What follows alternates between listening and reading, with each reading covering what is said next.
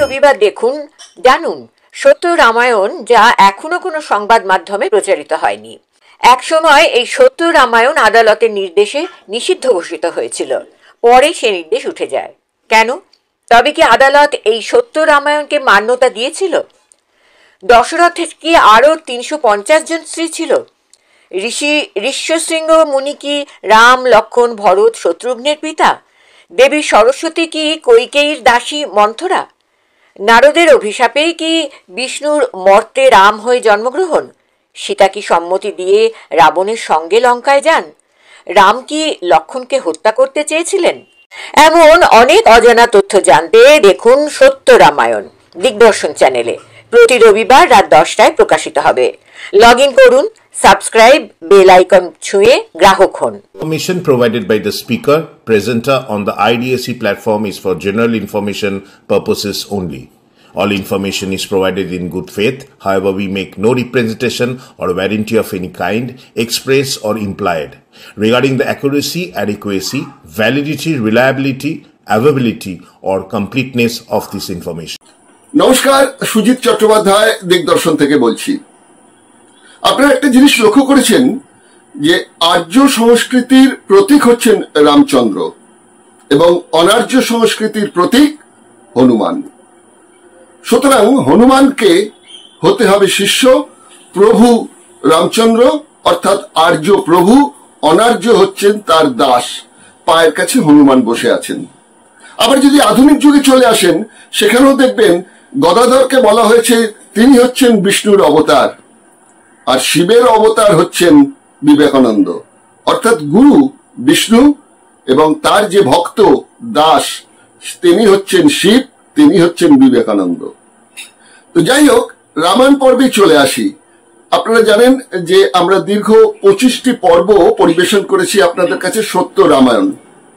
Periyar EV রামাস্বামীর সত্য রামায়ণ অবলম্বনে বাংলায় ট্রান্সলেট করেছেন দলিত আন্দোলনের একজন কর্মী, তার নাম রঞ্জিত মিস্ত্রি।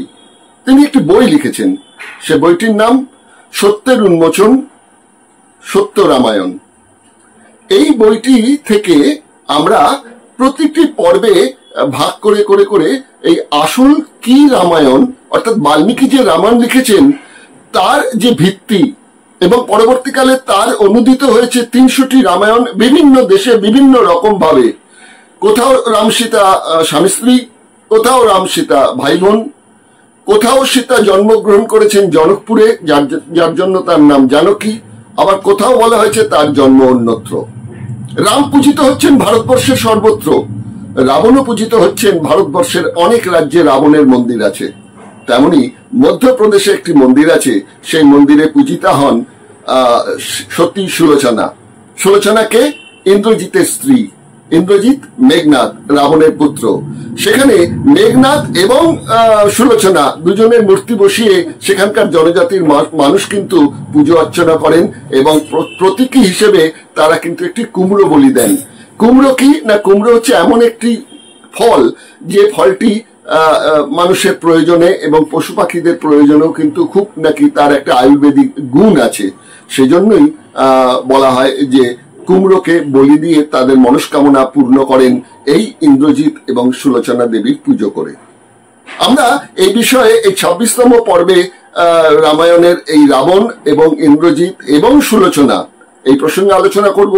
আর আলোচনা করব সেটা হচ্ছে লক্ষ্মণ তার আগের জন্মে ছিলেন শেষনাগ, অর্থাৎ পাতালের যিনি রাজা বাসুকি তার ভাই, তাদের বন্দী করেছিলেন আমাদের ইন্দ্রজিৎ। সেই সময় নাকি বাসুকি অভিশাপ দিয়েছিলেন যে আমার ভাইয়ের হাতেই তোমার মৃত্যু হবে। সেই শেষনাগ পরবর্তীকালে লক্ষ্মণ হয়ে জন্মগ্রহণ করেন এবং লক্ষ্মণ বধ করেন ইন্দ্রজিৎকে। তার আগে অবশ্য রাম এবং লক্ষ্মণ দুবার পরাজিত হয়েছিলেন ইন্দ্রজিতের হাতে। নাগপাশ দিয়ে বন্দী করে রেখে দেওয়া হয়েছিল রাম এবং লক্ষ্মণকে। তাহলে লক্ষ্মণ যদি শেষনাগ হন আর ওই শেষনাগের পুত্রী যদি হয়ে থাকেন সুলোচনা, তাহলে লক্ষ্মণ তো বধ করলেন ইন্দ্রজিৎকে, তার মানে নিজের জামাইকেই তিনি বধ করলেন, এটা তো বলাই যেতে পারে। হ্যাঁ, জন্মান্তরের ভিত্তিতে আমি কথাটা বলছি।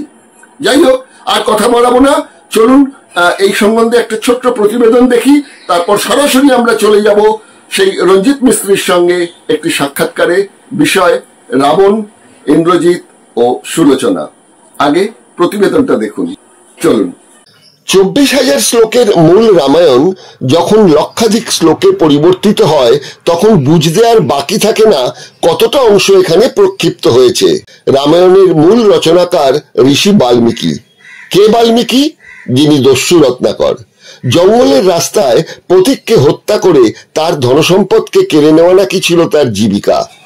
দস্যু যখন, তখন তো অবশ্যই নিম্নবর্ণের। অন্নদাশঙ্কর রায় তার সাতকাহন গ্রন্থে লিখেছেন, বাল্মীকি সম্ভবত অন্তজ ছিলেন।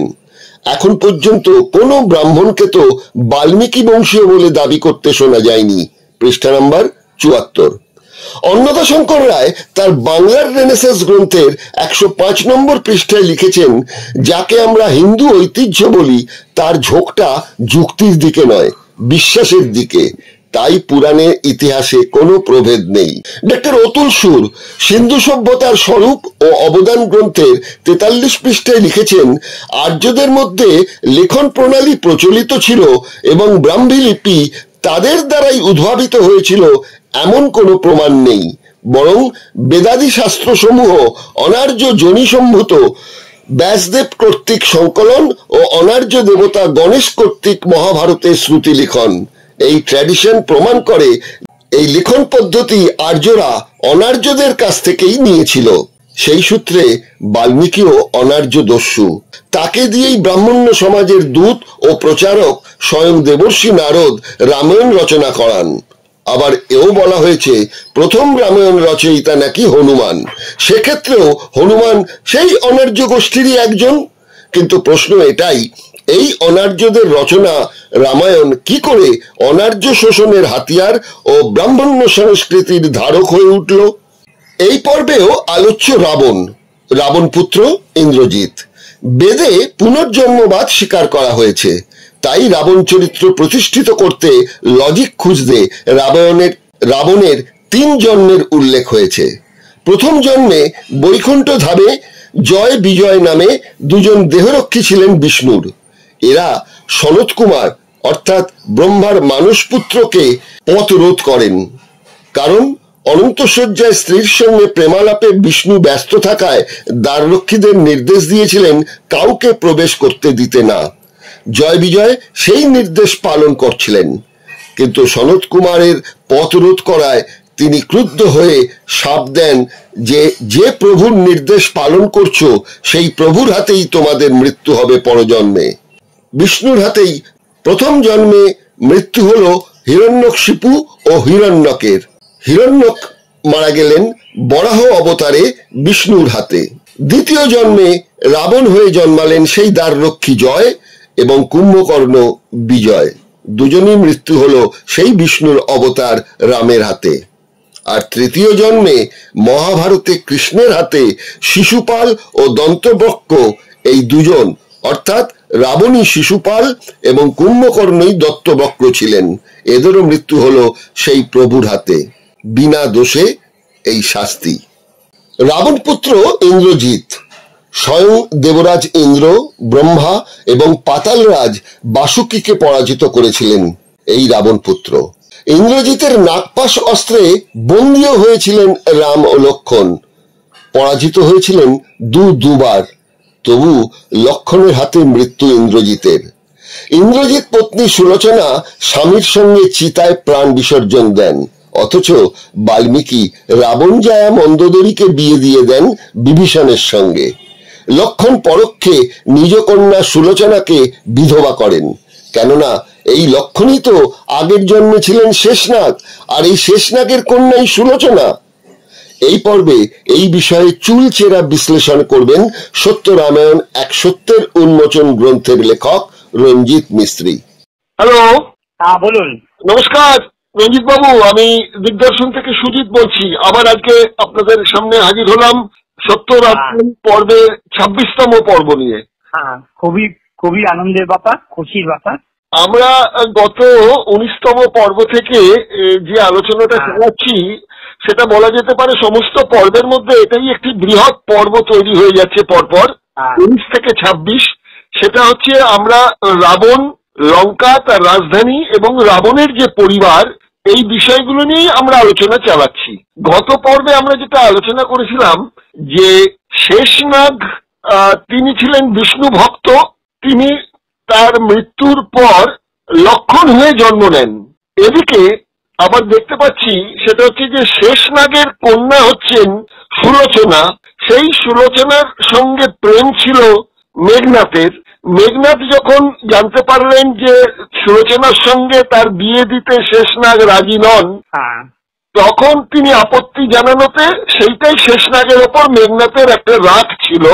তো সেই জায়গার ক্ষেত্রে পরবর্তীকালে যে দাঁড়ালো সেটা হচ্ছে লক্ষণের হাতে মেঘনাথ মারা গেলেন, তার মানে শ্বশুর মেরে ফেললেন জামাইকে।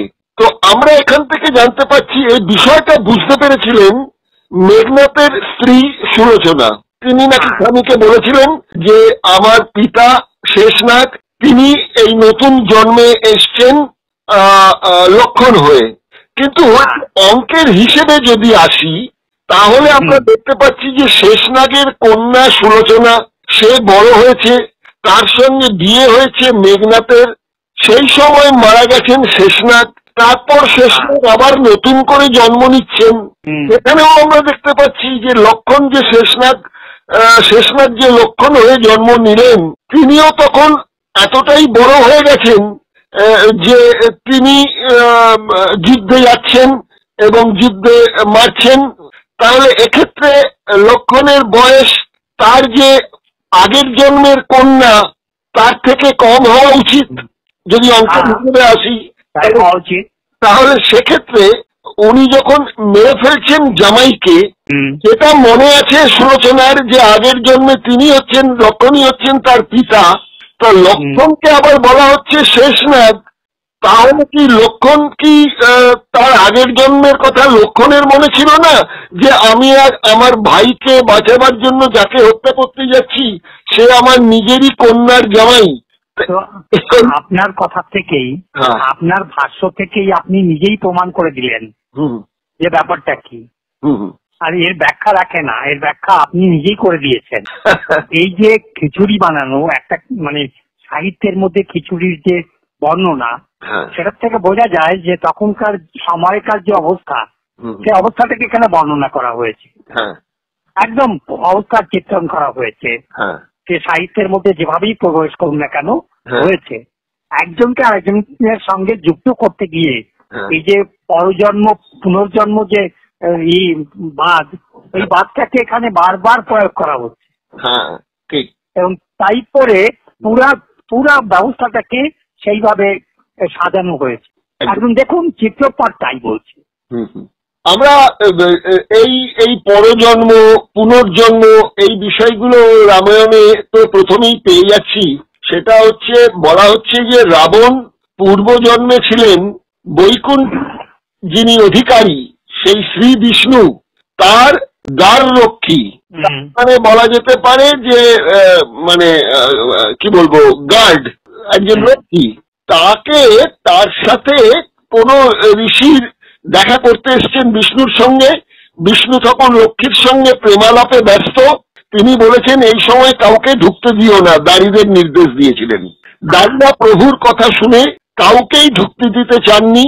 তখন বলা হচ্ছে যে ওই দেবকুলের সনৎ কুমার তিনি এসেছেন জরুরি কাজে বিষ্ণুর সঙ্গে দেখা করতে। বিষ্ণুর যখন দেখা করতে এরা দিতে রাজি হলো না, তখন সনৎ কুমার এদের নাকি অভিসম্পাদ দিলেন যে তোমরা আমাকে অপমান করছো, যেতে দিচ্ছ না।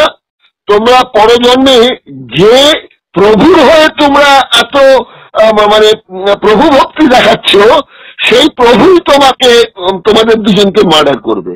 এবং এই দুটো নাম জয় ও বিজয়, এই যে দুই দ্বাররক্ষী, তারাই নাকি পরজন্মে জন্ম নেন রাবণ এবং কুম্ভকর্ণ হয়ে। আচ্ছা, এটা যে এক জন্মের ঘটনা তা নয়। আমরা দেখতে পাচ্ছি যে জয় বিজয় প্রথম যখন জন্ম নিলেন, এই আপনার বৈকুণ্ঠ ধাম থেকে পৃথিবীতে এলেন, বিশ্বে জন্ম নিলেন তখন পৃথিবীতে ধরাধামে, তখন তারা জন্মেছিলেন। একজনের নাম হচ্ছেন রাজা হিরণ্যকশিপু আর তার ভাই হিরণ্যক। এই প্রথম বিষ্ণু এই হিরণ্যকশিপুকে বধ করলেন নরসিংহ অবতারে, এবং হিরণ্যককে বধ করছেন বরাহ অবতারে। তার মানে রাবণ এবং কুম্ভকর্ণের যে রামায়ণের যে দুই চরিত্র, তারা প্রথম জন্মে হিরণ্যকশিপু ছিলেন এবং হিরণ্যক ছিলেন, তারা প্রথম মার্ডার হলেন। এই দ্বিতীয় জন্মে রাবণ এবং কুম্ভকর্ণ এরাও মার্ডার হলেন বিষ্ণুর হাতে। তৃতীয় জন্ম সেটা হলো শিশুপাল এবং আরেকজন হচ্ছে কি দণ্ডযুক্ত নাকি নাম দণ্ডবক্র, এই দণ্ডবক্র এরাও দুজন মার্ডার হলেন বিষ্ণুর হাতে। যাই হোক, শিশুপাল এবং বক্র যখন মহাভারতের চরিত্র, আমি ওটা বাদ দিচ্ছি।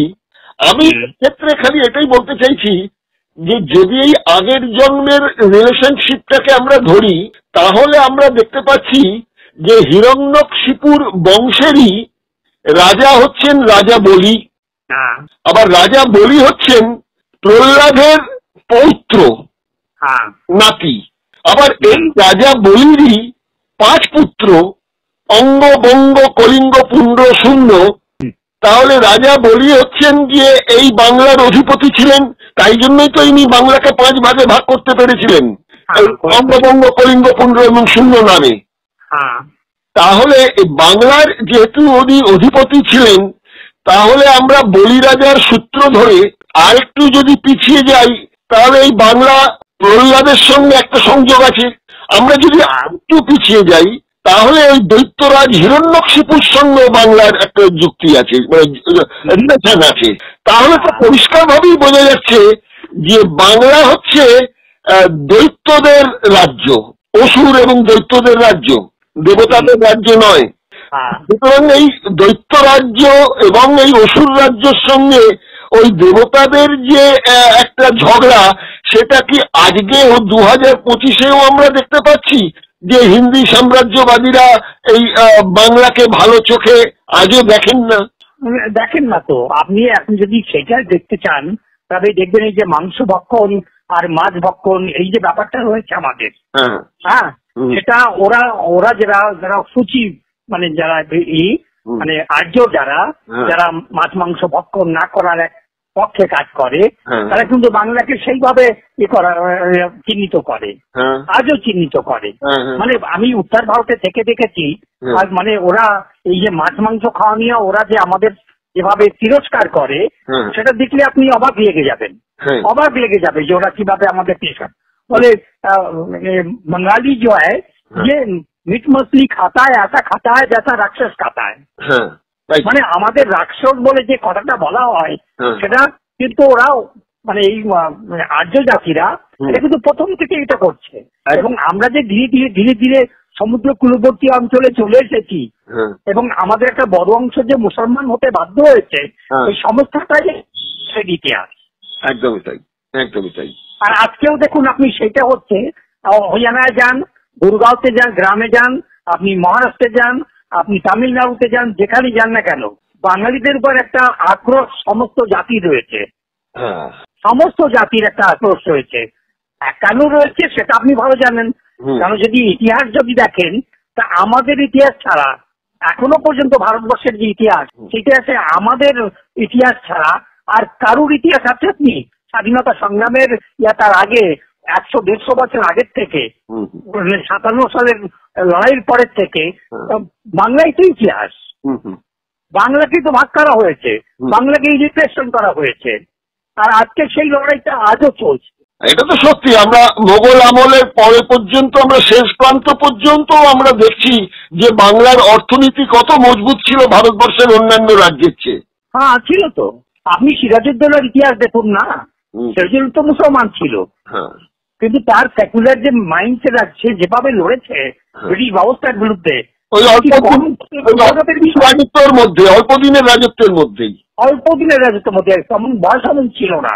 একদমই তাই।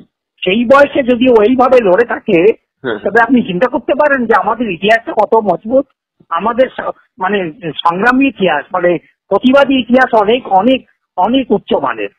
এই যে আমি আজকে দেখলাম রামকথা থেকে, ওই তামিলের রামকথা আমি দেখলাম, সেখানে একটা জায়গায় লেখা আছে যে 8ম শতাব্দীর পরের থেকে হনুমানকে মানে মহাপুরুষ বলে ধীরে ধীরে ধীরে তার পুজো শুরু করেছে। আর রাবণকে নিয়ে এসেছে এই কারণে বেশি করে নিয়ে এসছে যে মানুষের কাছে মানে কোন একটা অত্যাচারী রাবণ সীতাকে হরণ করেছে, তাকে ই করেছে, এই যে কাহিনীটাকে রোচক করার জন্য রাবণকে পরবর্তীকালে অনেক বেশি জিনিস সংযুক্ত করা হয়েছে। মানে আমরা যেমন তার সিনেমায় যেমন দেখি যে হিরোকে গ্লোরিফাই করার জন্য একটা ভিলেনকে যথাসম্ভব তাকে নিকৃষ্ট দেখাতে হবে, দেখাতে হবে। কাহিনীটাকে রোচক করা ইয়া মানুষের কাছে পৌঁছে দেওয়ার জন্য এইটা তৈরি করা হয়েছে। এবং নারীর উপরে যে এটা সবচেয়ে বেশি তৈরি করা যায়, এটাকে জনমানুষের মধ্যে পৌঁছে দেওয়া যায়, সীতাকে সেই বলির পাঠা তৈরি করেছেন, বলির পাঠি, সীতাকে বলির পাঠি করা হয়েছে যাতে করে রামায়ণটাকে মানুষের মধ্যে আরো বেশি মানে এই করা যায়, রোচক তৈরি করা যায়, মানুষ যাতে খায় এটাকে। আচ্ছা, সমাজটা এটা ব্যাপার। আচ্ছা, আপনি যখন মানে পাঠার স্ত্রীলিঙ্গে আপনি ব্যবহার করলেন, এখানে আমি এরকম পাঠার স্ত্রীলিঙ্গের বিষয়ে আরেকটা প্রসঙ্গ আনতে চাইছি। রামায়ণেতে আমরা দেখতে পাচ্ছি যে রাবণের মৃত্যুর পর মন্দোদরীকে বিয়ে দিয়ে দেওয়া হচ্ছে বিভীষণের সঙ্গে। মানে দেবর, যাকে শুদ্ধ সংস্কৃতে বলে দ্বিজবর, দ্বিজবর মানে দ্বিতীয় স্বামী, দ্বিতীয় বর, সে সূত্রে বিভীষণের সঙ্গে তো বিয়ে দেওয়া হলো, মেনে নিলাম। কিন্তু যদি আমরা এই মেঘনাথকে দেখি, কোন মেঘনাথ? যিনি মেঘের আড়াল থেকে যুদ্ধ করতেন। তার আরেক নাম ইন্দ্রজিৎ। তিনি ইন্দ্রকে যুদ্ধে পরাজিত করেছিলেন, এমনকি ব্রহ্মাকেও নাকি উনি পরাজিত করেছিলেন। এহেন ইন্দ্রজিতের যখন মৃত্যু হলো তার আগের জন্মের শ্বশুরের হাতে, অর্থাৎ লক্ষণের হাতে, তখন সুলোচনা তার গলা কেটে দেওয়া হয়েছিল মেঘনাথের। তার ওই কাটা মুন্ডুটা কোলে বসিয়ে এই সুলোচনা নাকি সতীদাহতে নিজেকে বিসর্জন দেন, প্রাণ বিসর্জন দেন। তাহলে বৌমা স্বামীর কাটা মুন্ডু নিয়ে সতীদাহতে চলে গেলেন, কিন্তু শাশুড়ি তিনি রাবণের মৃত্যুর পর কিন্তু তিনি আত্মহত্যা করলেন না বা অন্য কিছু করলেন না বা বিয়েতে আপত্তি জানালেন না, সুরসুর করে গিয়ে বিভীষণকে বিয়ে করে ফেললেন রামের কথায়। দেখুন এটা কিভাবে এই যে ব্যাপারগুলো আপনি যদি যুক্ত করেন একটার সঙ্গে আরেকটা, তবে সেই সমস্ত সমাজটাই কিন্তু নারী শোষণের সমাজ। সমস্ত সে মাকে পর্যন্ত, ছেলে পর্যন্ত মাকে তার অন্য জায়গায় কোথাও না কোথাও তাকে অ্যাডজাস্ট করার চেষ্টা করেছে। এটি একটা এতটাই ক্রুর। আচ্ছা, এদিকে তো নয় রাবণ ভিলেন। এর আগেও একটা পর্বে আমরা আলোচনা করেছি যে রাবণ ভিলেন, এটাকে বহুলভাবে প্রচারিত করছে অন্তত আজকের যারা কেন্দ্রের শাসন ব্যবস্থার মধ্যে রয়েছেন তারা। এবং আমাদের বাংলাতেও আগে এক জায়গায় রাবণ দহন হতো, সেটা হচ্ছে আমাদের এখানে ধর্মতলা শহীদ মিনারের তলায়, আর আসানসোলে হতো যেখানে হিন্দি ভাষাভাষীদের ভিড়। এখন সল্ট লেকেতেও এক অবাঙালি গোষ্ঠী যত বেড়েছে, ওখানেও রাবণ দহনের একটা ব্যবস্থা হচ্ছে। এবং সেই রাবণ দহন অনুষ্ঠানে আমাদের এখানকার যারা মন্ত্রী, রাজ্যের মন্ত্রী, তারা হাজির হয়ে যাচ্ছেন, তারাও তীর ধনুক নিয়ে ওখানে রাবণ দহন করছেন। আবার উল্টো দিকে দেখছি ভারতবর্ষের বহু মানুষ ভারতবর্ষের বিভিন্ন রাজ্যে রাবণের মন্দির তৈরি করে যুগ যুগ ধরে রাবণের পুজো করছেন। এই মুহূর্তে আমার কাছে যা খবর, মধ্যপ্রদেশে হোলি হয়ে যাবার পর 15 দিন ধরে মধ্যপ্রদেশের একটা জায়গায় সেখানে কিন্তু একটা মন্দির তৈরি করা হয়েছে ইন্দ্রজিৎ এবং সুলোচনার। তারা সেখানে কুমড়ো বলি দিয়ে তারাই 15 দিন ধরে ইন্দ্রজিৎ এবং সুলোচনার পুজো করে। তাদের বক্তব্য হচ্ছে ইন্দ্রজিৎ আর সুলোচনার এই দুই প্রেমিক প্রেমিকা, মানে তারা হচ্ছেন একদম যাকে বলা যেতে পারে রোমিও জুলিয়েটের মতন। মানে রাধা কৃষ্ণের প্রেমের থেকেও তারা ইন্দ্রজিৎ এবং সুলোচনার প্রেমকে তারা মাথায় করে রাখেন এবং এই 15 দিন ধরে সেখানে উৎসব করেন এবং কুমড়ো বলি দেন এবং সেই কুমড়ো প্রসাদ হিসেবে তারা নিজেদের মধ্যে মানে বিতরণ করেন। তাহলে হ্যাঁ, জনজাতি। তা এই যে ভিলেন, সেই ভিলেনদেরও যখন এই ভারতবর্ষে পুজো হচ্ছে, সেই ভিলেনদেরও তো ভোট নিচ্ছেন এরা। কি তারা সেখানে গিয়ে তো এই পুজোটাকে বন্ধ করছেন না যে রাম ছাড়া আর কারো পুজো হবে না? পারছেন না কেন?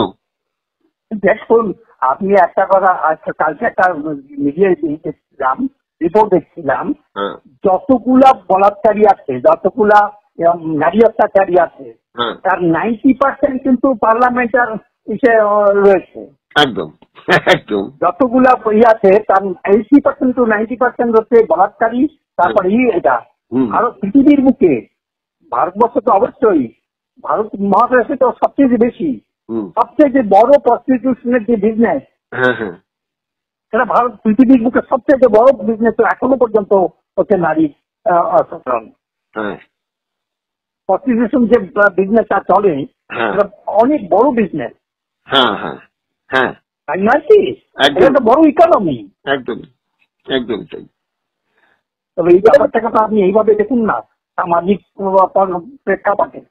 হ্যাঁ, এবার আপনার কাছে যেটা আমার এই রামায়ণ নিয়ে একটি শেষ প্রশ্নে যাচ্ছি, তারপর একটু যাবো পেরিয়া রিভি রামাস্বামী প্রসঙ্গে। সেটা হচ্ছে, আমার কাছে একটা অবাক লাগছে যে বাল্মীকি রামায়ণ রচনা করলেন এবং পরবর্তীকালে সেগুলো বিভিন্ন ভাষায় অনুদিত হলো। সেখানে একটা জায়গায় মিল আমি দেখতে পাচ্ছি, অনেক অমিল আছে, তার মধ্যে একটা মিল দেখতে পাচ্ছি। সেটা হচ্ছে স্বীকার করা হয়েছে যে ইন্দ্রজিতের হাতে পরাজিত হয়েছেন বাসুকি, অর্থাৎ বিষ্ণুর বন্ধু। তার হাতে পরাজিত হয়েছেন দেবরাজ ইন্দ্র, তাই জন্য তার নাম ইন্দ্রজিৎ। তার হাতে পরাজিত হয়েছেন স্বয়ং ব্রহ্মা। তাহলে ব্রহ্মা এবং আপনার বাসুকি এবং ইন্দ্র, দেবরাজ ইন্দ্র, তিনজনই যদি পরাজিত হয়ে থাকেন, তাহলে স্বয়ং বিষ্ণুর যে অংশে অবতার হয়েছেন রামচন্দ্র, বা সেই বাসুকির যে ছোট ভাই, তার নাম হচ্ছে শেষনাগ, যার কথা বললাম লক্ষণ, যে ইন্দ্রকে পরাজিত করতে পারে, দেবরাজকে, যে ব্রহ্মাকে পরাজিত করতে পারে যুদ্ধে, তাকে কি করে বাল্মীকি লক্ষণের হাতে মার্ডার করালেন? মানে এর মধ্যে লজিকটা কি? কোনো লজিক নেই, কোনো লজিক নেই। এটা জাস্ট একটা দিতে হবে, দিয়ে দিয়েছেন। তখন যেটা করেছেন, উনি যেটা লিখেছেন, উনি যেটা কথা বাচ্চাদের নিয়ে এসছেন, পরবর্তীকালে এই যে এতগুলো আপনি দেখলেন, এই সমস্তগুলো কিন্তু গোজামিল করা অবস্থা তৈরি করেছে। আমার যতদূর ধারণা, বাল্মীকি রামায়ণের যে কথা বাচক থেকে এসছে, সেখানে কিন্তু এইগুলা এইভাবে ছিল না। পরবর্তীকালে এই সমস্ত কিছু জড়িয়ে ফেলে দিয়ে একজনের সে এক এক রকমের করে বর্ণনা করে করে এইগুলোকে খিচুড়ি পাঠিয়েছে। যেহেতু ভারতবর্ষের মানুষ অশিক্ষিত এবং তাদের শিক্ষা দেওয়াই হয়নি, ওরা জানতো যে এটা কেউ পড়বে না, এটা আমাদের মতো করে আমরাই সব করব। পরবর্তীকালে এখন আমাদের মতো, আপনাদের মতো লোকরা এই যে কাটাছেড়া করা শুরু করেছেন, ওদের যত কিছু রকমের বেবিচারী বলুন, বলুন, মিথ্যা বলুন, ওগুলা সব ধীরে ধীরে বেরিয়ে এসছে। যেমন নরেন্দ্র মোদীর সার্টিফিকেট, নরেন্দ্র মোদীর অমুক, সবগুলোই তো আমাদের সামনে এখন ক্লিয়ার হয়ে যাচ্ছে। এগুলো তো সেরকমই তাই। ওই ইন্দ্রজিৎ প্রসঙ্গে একটা মজার ইনফরমেশন আপনাকে দিয়ে, এটা আমারও জানা ছিল না। সেটা হচ্ছে 1941 সালে একটা সিনেমা তৈরি হয়েছিল আপনার দক্ষিণী ভাষায়, সীতা জননম, মানে সীতার জন্ম, এই নিয়ে একটা ছবি তৈরি হয়েছিল। সেই ছবিতে এমজি রামচন্দ্রন, যিনি আমাদের মুখ্যমন্ত্রী ছিলেন, বিখ্যাত ডাইরেক্টর এবং মানে মুখ্যমন্ত্রী এমজি রামচন্দ্রন, এমজি রামচন্দ্রন নাকি এই ইন্দ্রজিতের ভূমিকায় অভিনয় করেছিলেন। হ্যাঁ হ্যাঁ, এবং আমাদের একজন মুখ্যমন্ত্রী দক্ষিণী রাজ্যের। আচ্ছা, যে এটা যদি আজকে ওই সিনেমাটা যদি আজকে হতে যায় হবে না। হ্যাঁ, ওই একটা সিনেমায় দেখুন নাম দিয়েছে জানুকি বলে, নাম আছে বলে, সেই জানুকি নামটাকে ডিলিট করতে হবে, কারণ ওটা ইসের নাম, জনক পুত্রীর নাম, তাই ওটা চলবে না।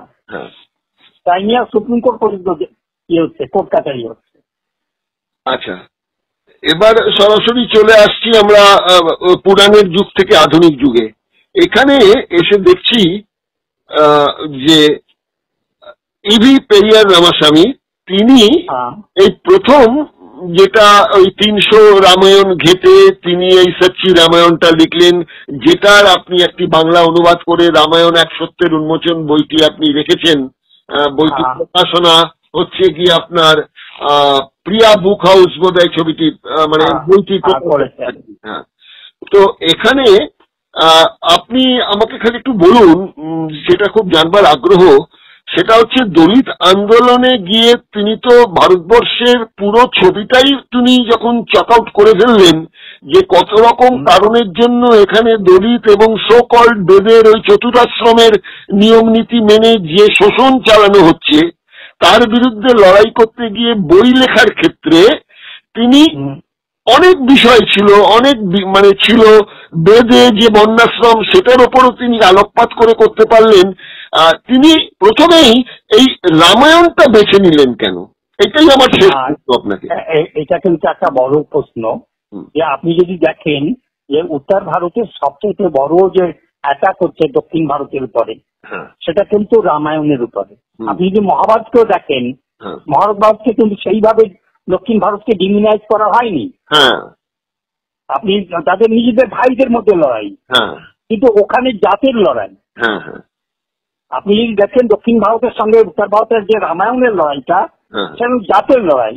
এবং দক্ষিণ ভারতে যেভাবে কম্ব রামায়ণ বাকি রামায়ণ দিয়ে যেভাবে মানুষকে বোকা বানিয়ে মানুষকে শোষণ করা হচ্ছিল, সেটা সবচেয়ে বেশি আঘাত আসছিল হচ্ছে রামায়ণকে দিয়ে।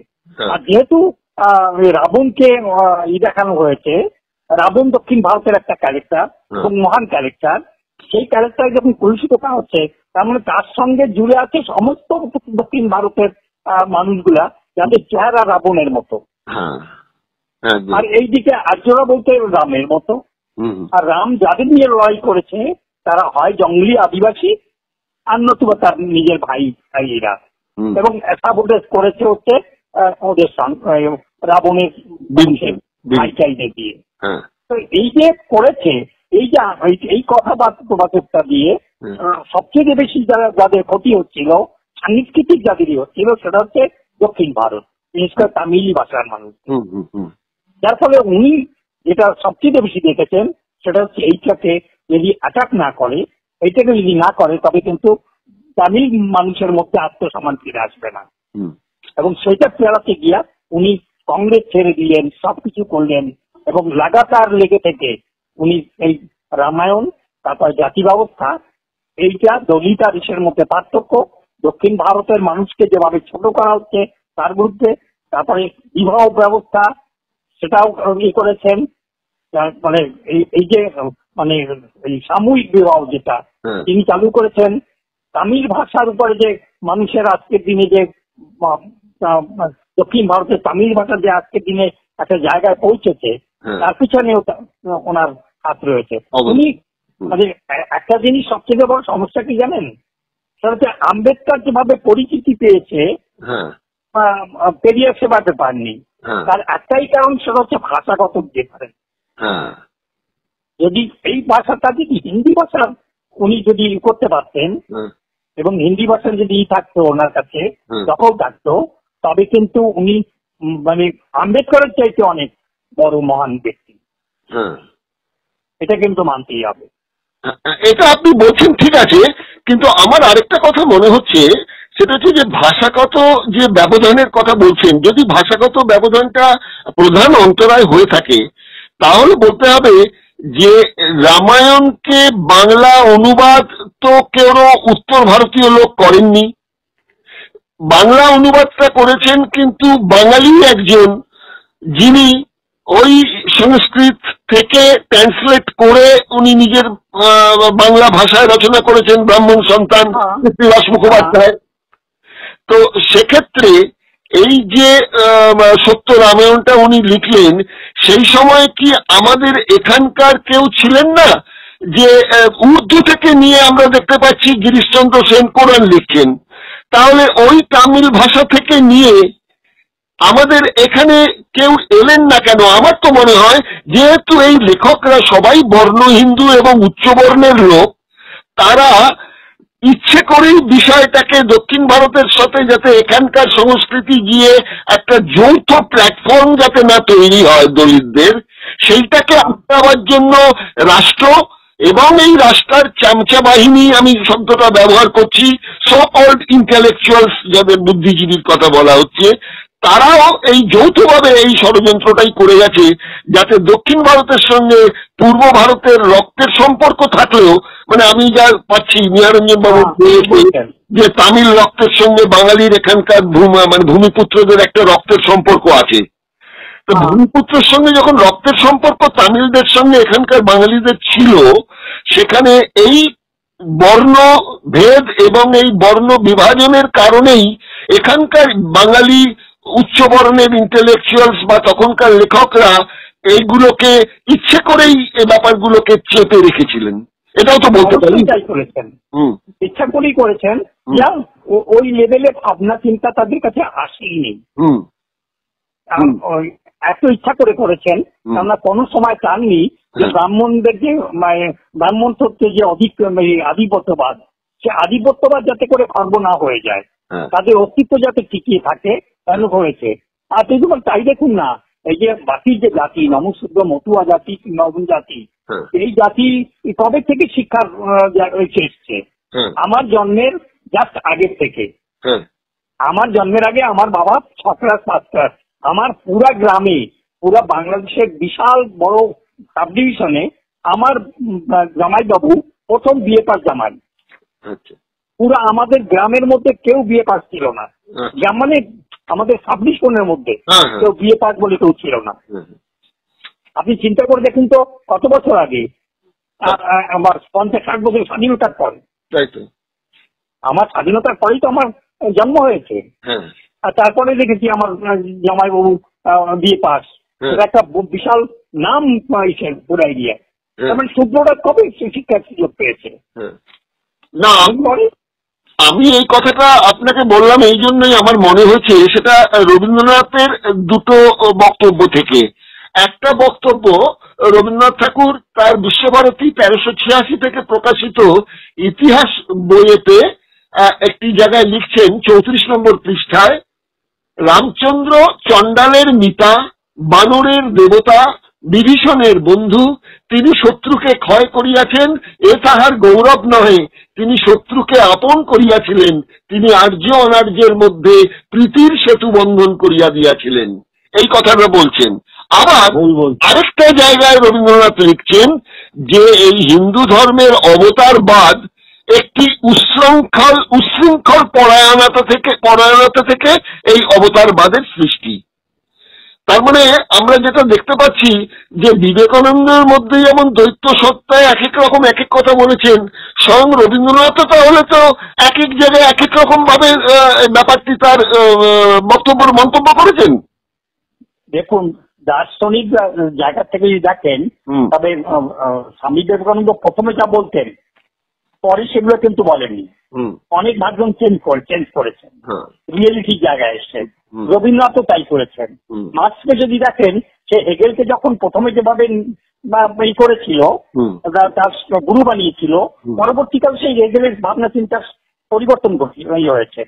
দার্শনিকরা যত বয়স বাড়তে থাকে, যত তাদের পারিদর্শ বাড়তে থাকে, তবে তারা এইগুলো শুধরে নেন কিছুটা। কিন্তু ভারতবর্ষের দুঃখের ব্যাপার হচ্ছে, ভারতবর্ষে যে ব্রাহ্মণ্যবাদের যে তারা কখনোই চায়নি যে তাদের আধিপত্যবাদ শেষ হয়ে যাক। তারা জাস্ট ওই মাঝে মাঝে প্রোগ্রেসিভনেস দেখানোর জন্য কোনো কোনো জায়গায় তারা এগুলো করেছেন। সেইখানে দাঁড়িয়ে আম্বেদকর কিংবা পেরিয়ার এরা কিন্তু কেউই মানে ঈশ্বর জন্মেনি, মানে আপার ঈশ্বর জন্মেনি। যারা এই বিরোধিতা করেছেন, যারা এই জাতি ব্যবস্থা শেষ করতে চেয়েছেন, তাদের 90% নয় 99% হচ্ছে জাতি ব্যবস্থা যারা নিম্ন স্তরের তারাই করেছেন।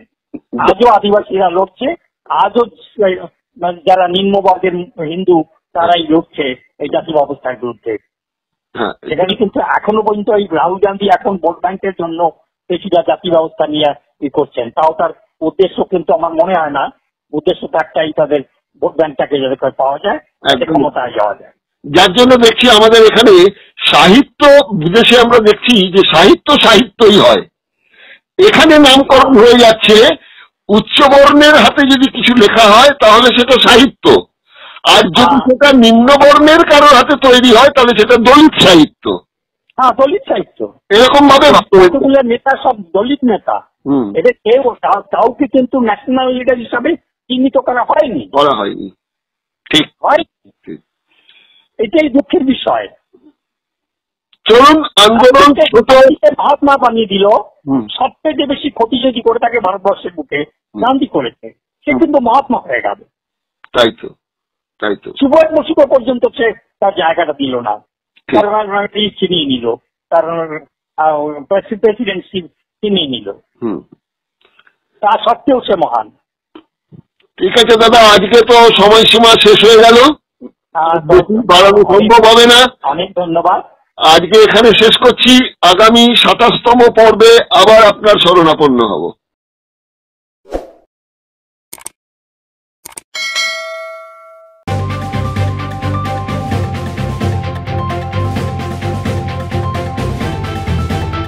রংহীন সংবাদ আর অজানা তথ্যের জন্য দেখুন দিগদর্শন, ১০-এর পাশে, দেশের সাথে।